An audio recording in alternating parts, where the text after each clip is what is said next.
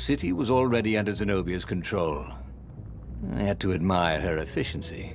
Renato shivered at the thought of Zenobia at the mercy of the interrogators. Could he really turn her over to them? But this was war. It wasn't meant to be pretty.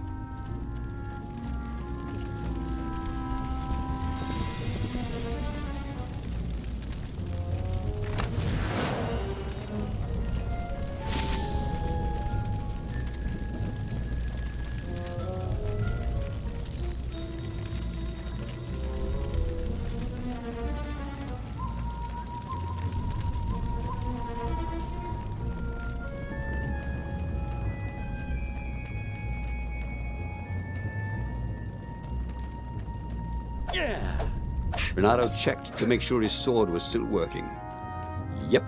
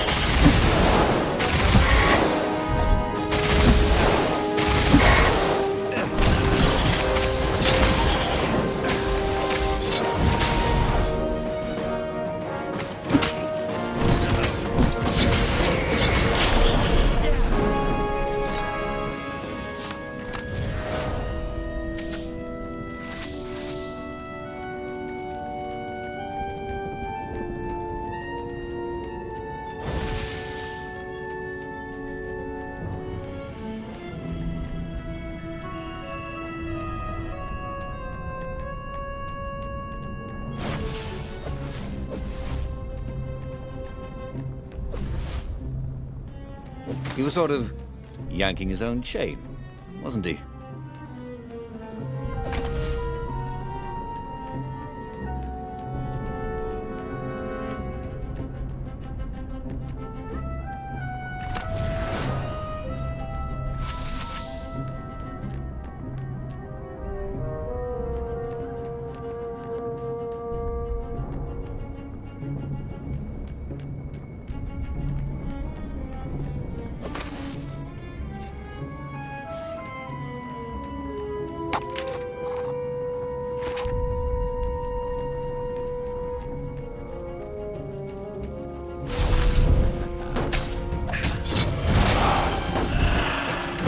Brushed.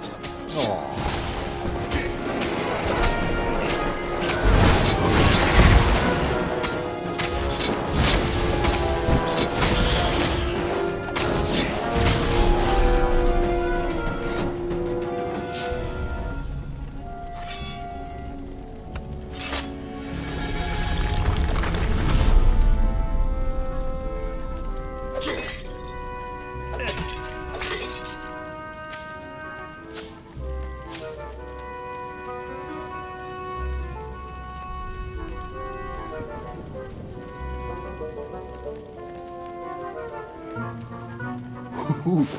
Ooh, a workbench. Did he have any jewels he hadn't tried out? He had.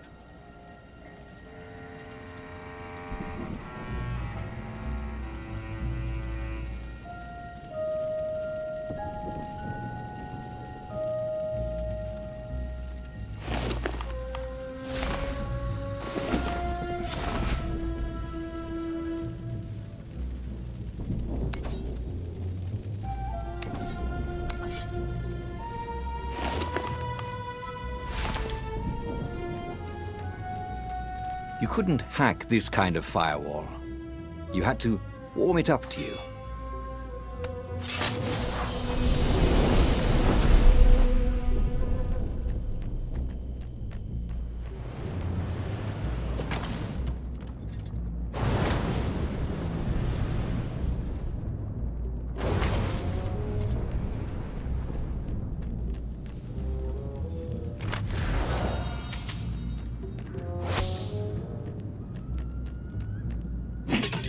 Smashing things was fun.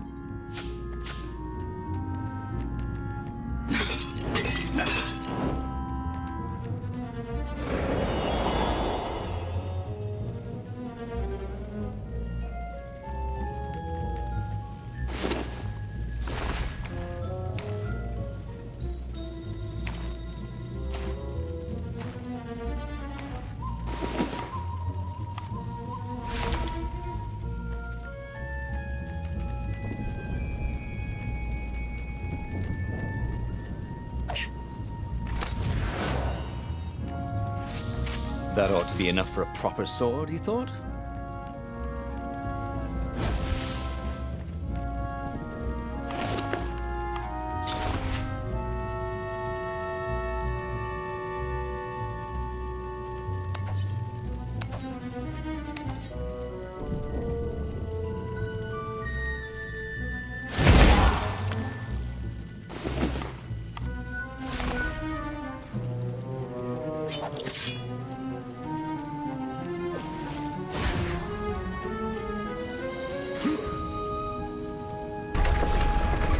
Why was Lupino urging him to capture Zenobia?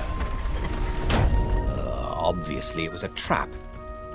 But you never knew how Lupino thought. Sometimes his plans were so convoluted they did the exact opposite to what Lupino wanted. And there must be some way to play on that, Bernardo thought.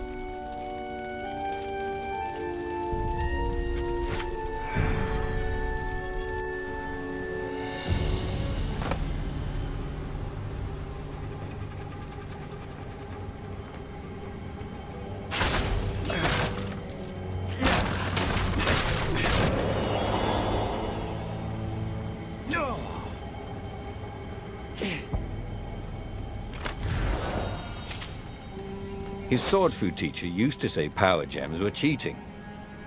Stupid fart.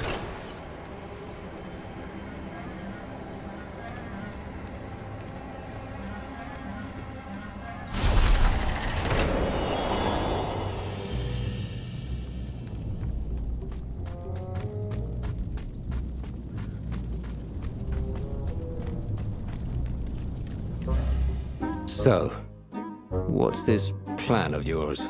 Use me as bait, said Lupino. And he outlined a slightly complicated plan that involved geese, a net, setting the Farfarer a little bit on fire, Lupino dressing as an old blind toad, and Renardo hiding inside a monstrous watermelon. What could possibly go wrong? Thought Renardo.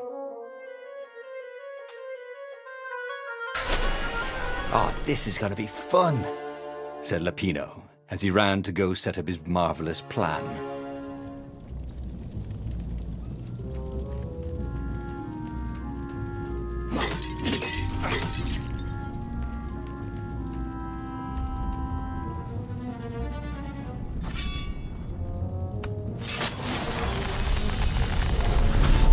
Maybe I should follow my nose, thought Renardo.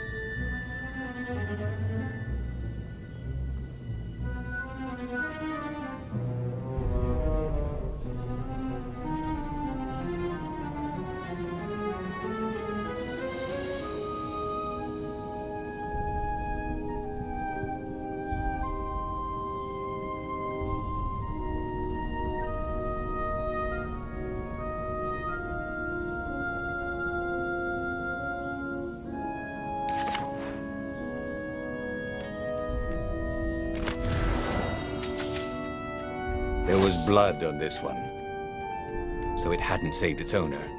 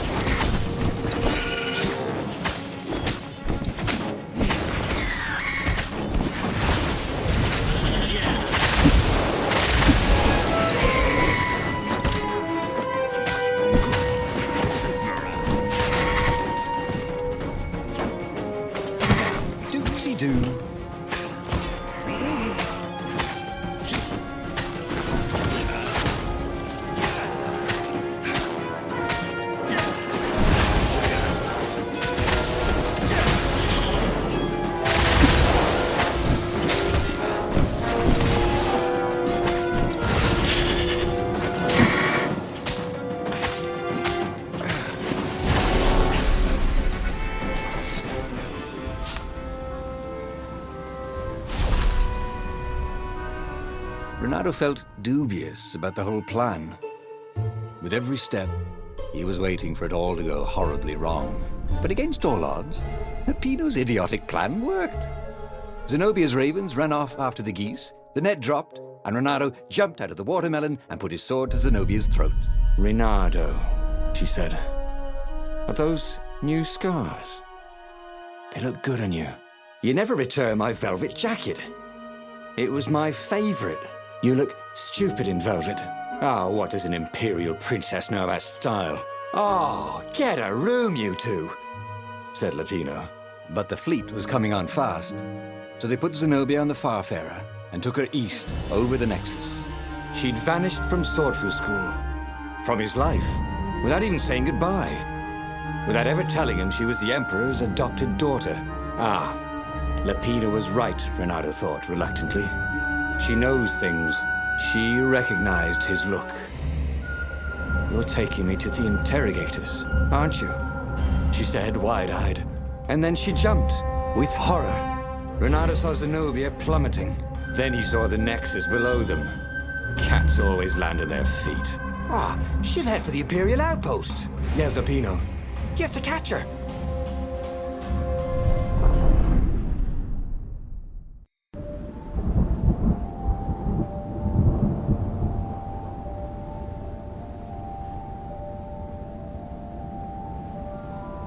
Cats can run faster, but foxes can run longer.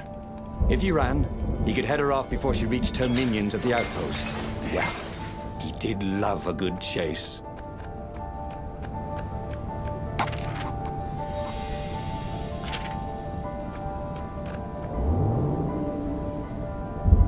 No skateboarding, the sign said.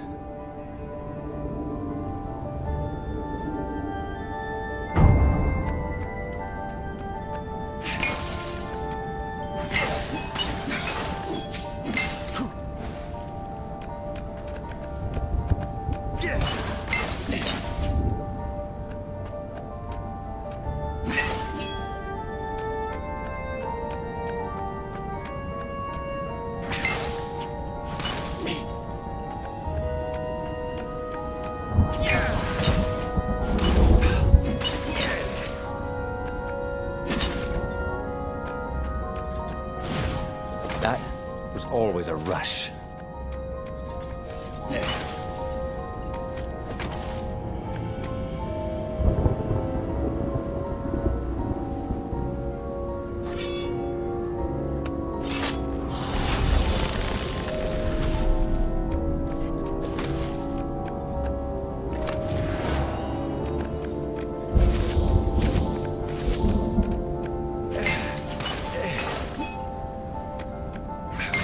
It wasn't his fault.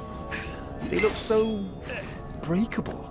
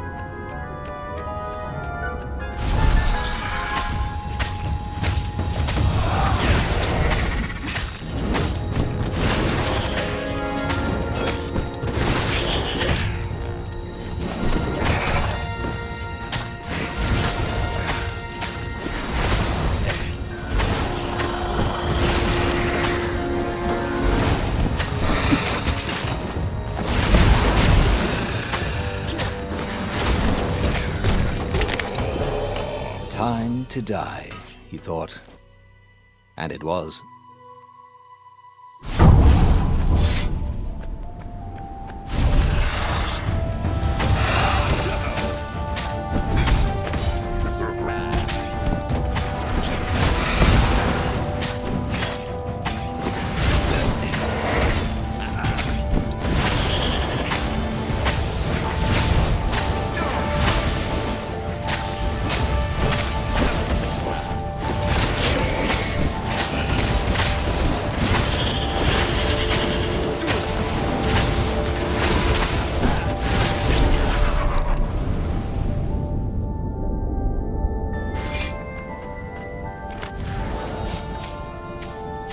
Not everyone knew how to use magical gems.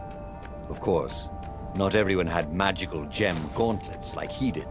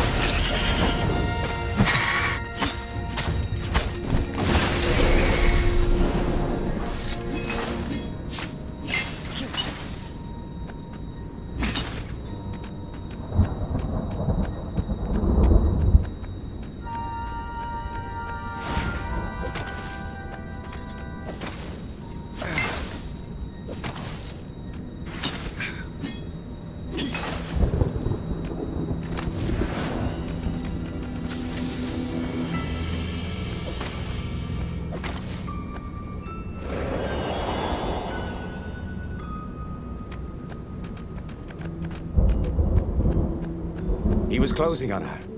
He could smell her fear. He tried not to think about the interrogators at the secret base. What did they do to her? Maybe it didn't have to end that way. Maybe he could talk to her. But after all, there were worse things the Imperials had done to friends of his.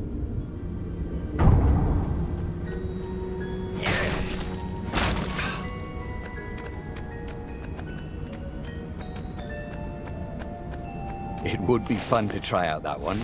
And here was a handy workbench.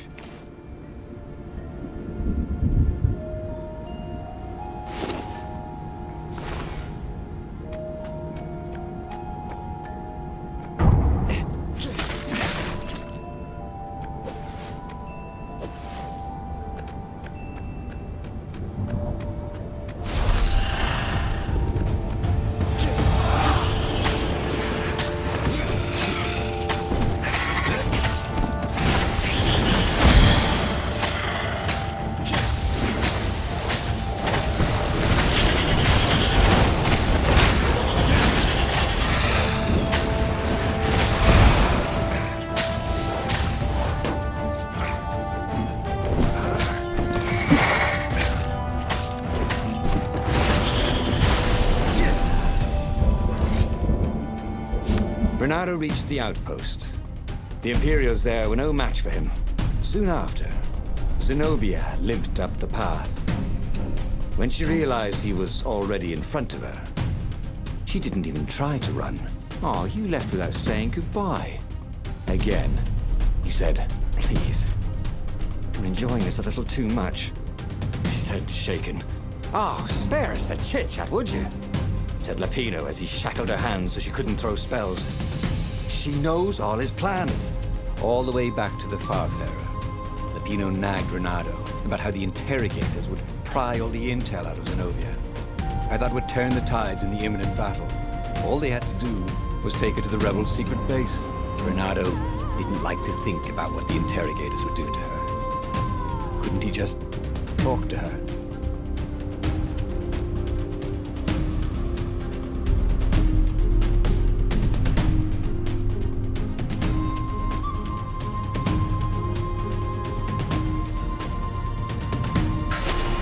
As they pulled away from the Nexus, Renato could see the fear in Zenobia's eyes. I can't take her to those creatures at the base, he whispered to Lapino. You've gone soft. Soft in the head. We captured her for what she knows. I'll take her to the mountains. Tell all the horrible things the Emperor's done. Yeah, believe me, she'll turn. And he turned the wheel. The hell you will, shouted Lapino, and he grabbed the wheel back from him. The two of them wrestled for control of the ship.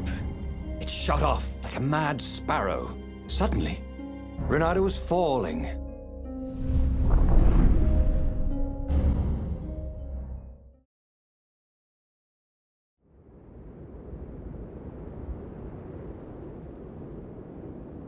When he came to, Zenobia was standing over him. Why didn't you take me to the base to be interrogated? She demanded. Do you know what's left of people they interrogate? This is some trick, isn't it? To make me fall for you again. Well, I won't. Oh, go on then. Scurry back to your ravens. I can't stop you. But strangely, she didn't. As Renato set off to find the Farfarer, she followed him, keeping just out of sight of the ravens.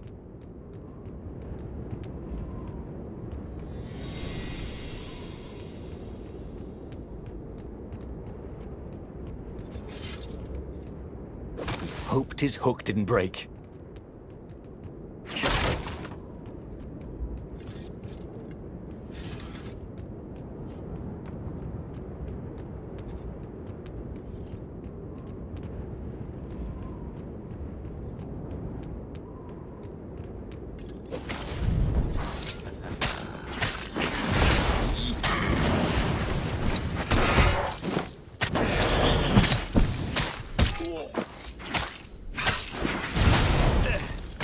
Feel so close to you.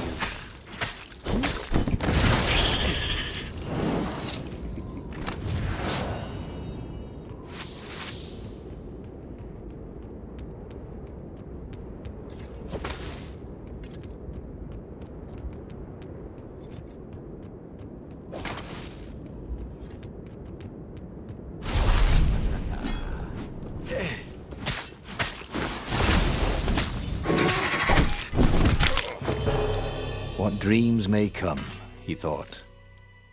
And then he found out.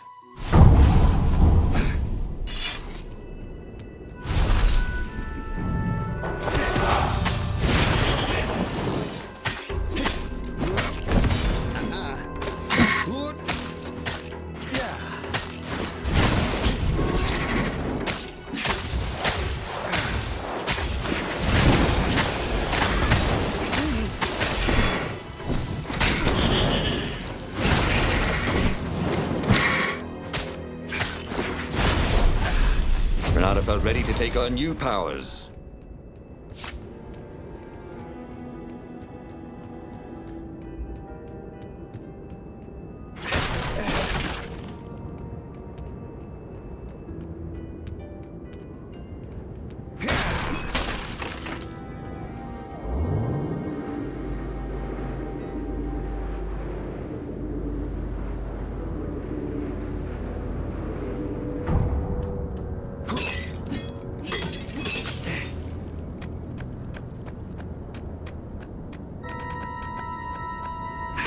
Boom!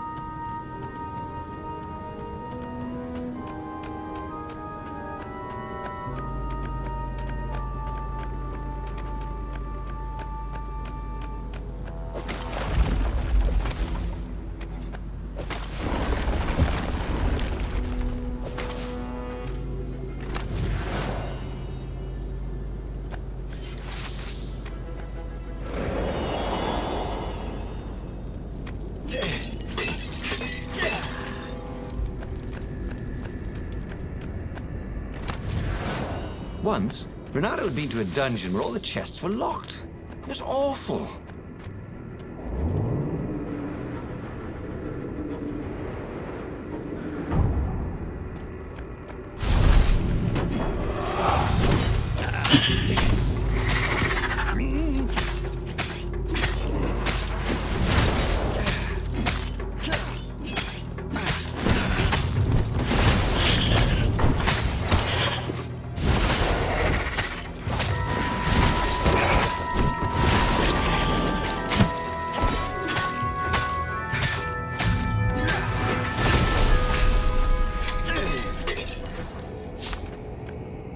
As Renato stopped to sniff the wind, Zenobia came up, still mad.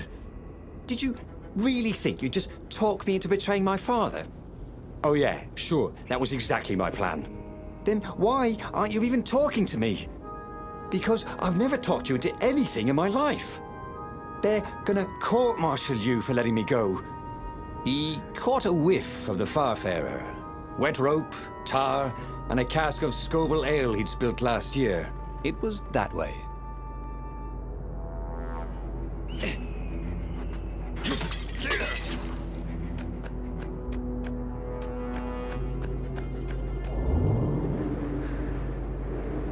This was much easier than free climbing.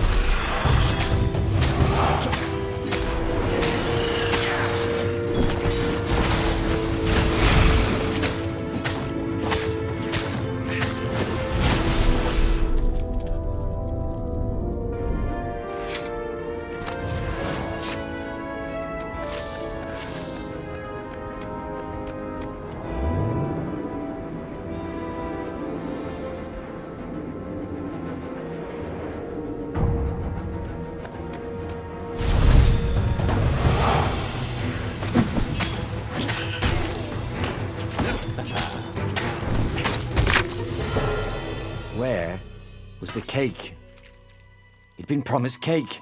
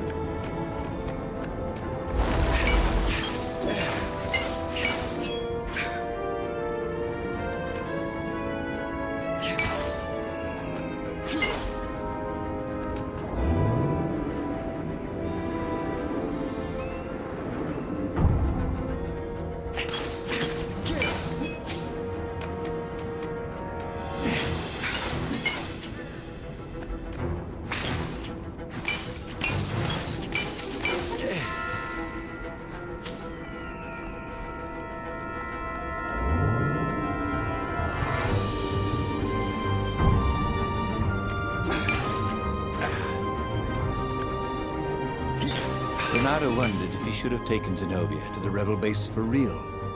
Maybe she wasn't playing him after all. After the bleak talk about the Emperor's dark secrets, he was regretting his suspicion.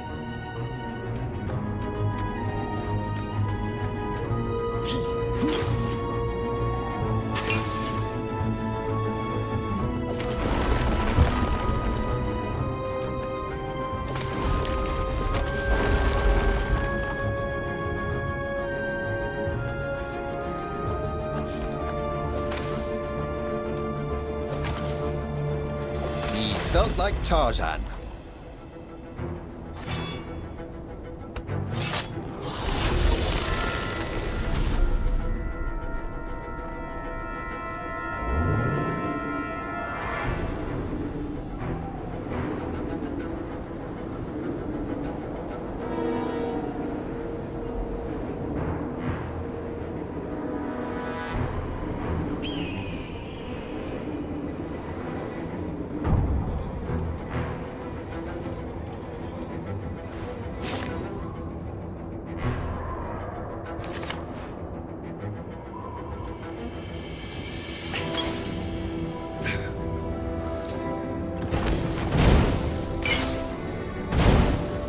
When I build my castle, thought Bernardo, all my gates are going to open with buttons, and all the levers will drop rocks on your head.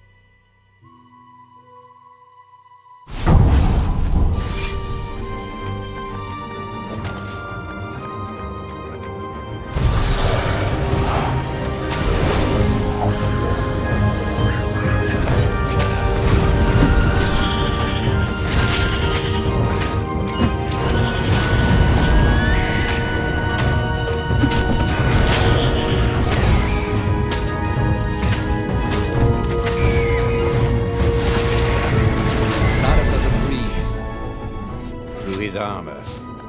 Oh dear, that wasn't good.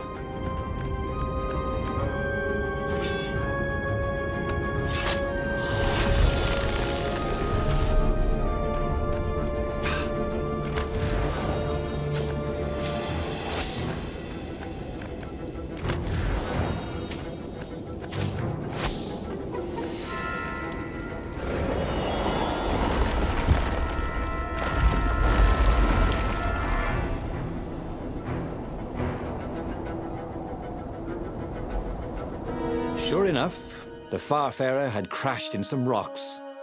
There was no sign of Lapino. Zenobia caught up. All that kid stuff in swordfu school. Look, that's the past. We're adults now. We have duties to other people. We have destinies. What are you talking about? And you are the most arrogant, slow-witted, light-fingered, mercenary, immoral, reckless. Run away with me, said Renato, and he realized he meant it. What, just like that? She demanded. I will, if you will. So she kissed him. And it was the best kiss he'd ever had. They held hands as they boarded the Farfarer. Renato felt light-hearted, like the winds that were playing the rigging like a balalaika. But Lapino, I need to get back to Lapino, he said, suddenly realizing he could have been captured. A prisoner. He's not. How'd you know? He saw something in her eyes he didn't understand.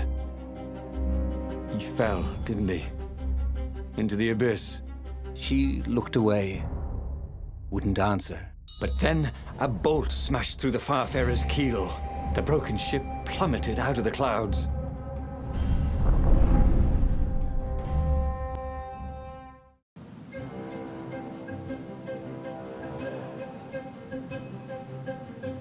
Renato picked himself off the deck.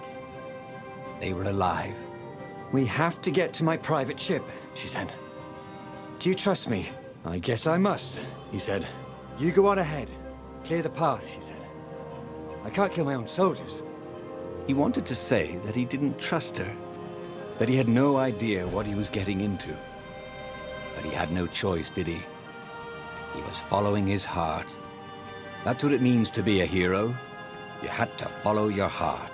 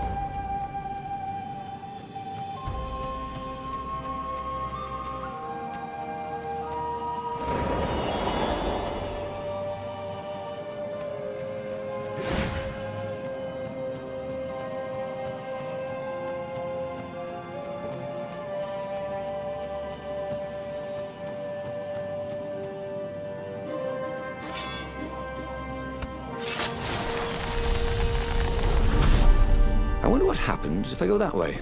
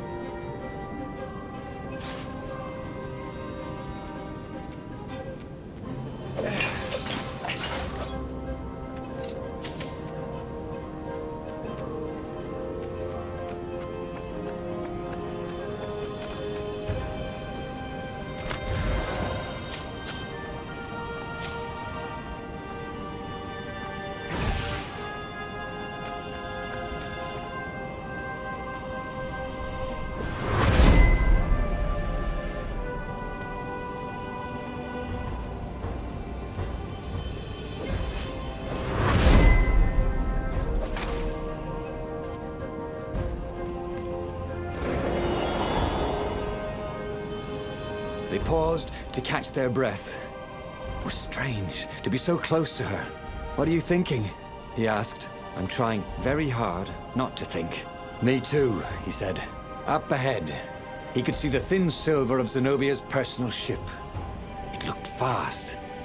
They would leave all this behind.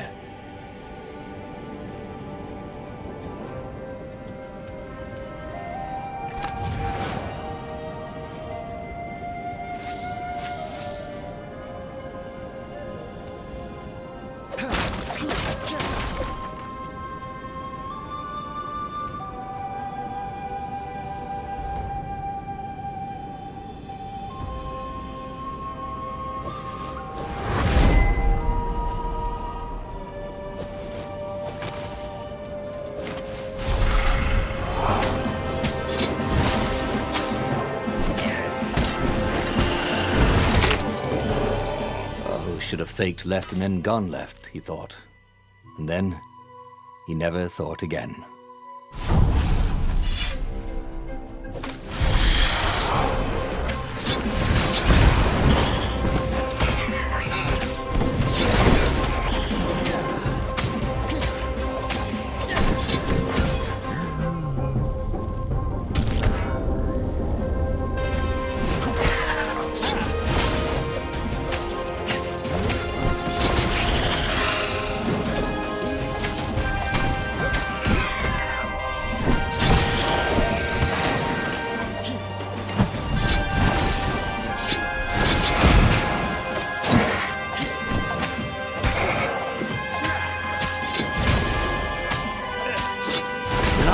Surprised that he didn't feel more pain. Just a bit dizzy.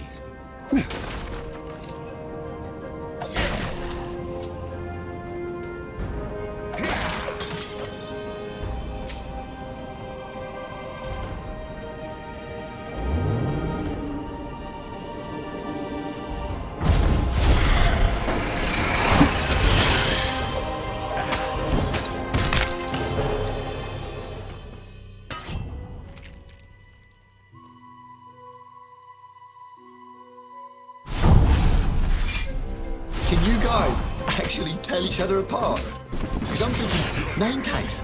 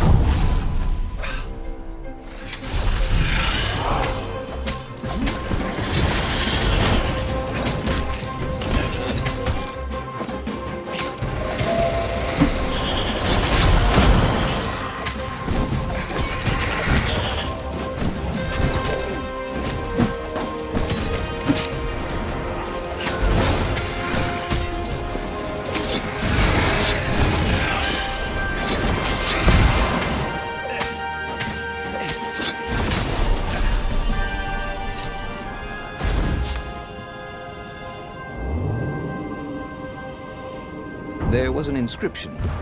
Praised the sun.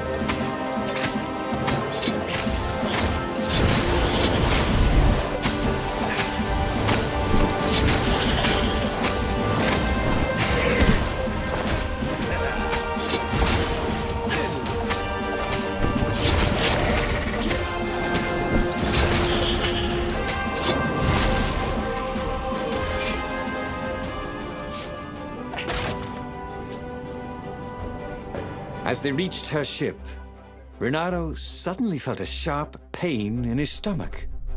He was surprised to see a crossbow bolt sticking out of it. I was going to lead the Empire to our secret base, said Lapino. But no, you had to screw up my plan because you've still got a thing for her. Renato stared at Zenobia. The kiss. Was it real? She said, with a look of indescribable sorrow. She gestured and said an arcane word, and Lapino went flying into the abyss, screaming, "I'm telling your father!" Then she knelt down to cradle his head, and her paws felt very soft and warm. And he hadn't learned anything new this time. He'd done the same thing twice, yet expected a different outcome.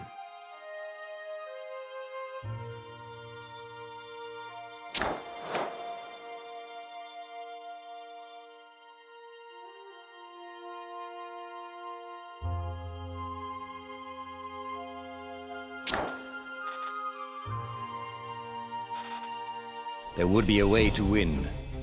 Renato could feel it. He'd have to explore choices he'd never made before he could figure it all out, though. And with that, the book's pages fluttered to the beginning once again. And he fell. The clouds parted over the Isles of Boreas. It was time to choose. The rebellion was in trouble.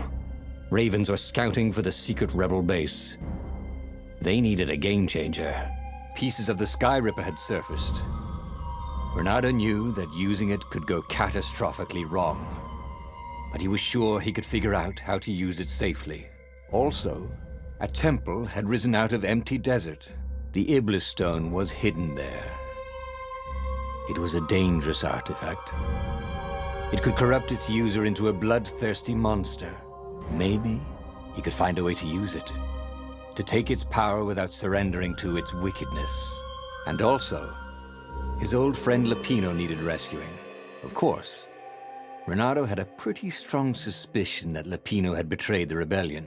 But could Renato really leave an old friend to the Ravens?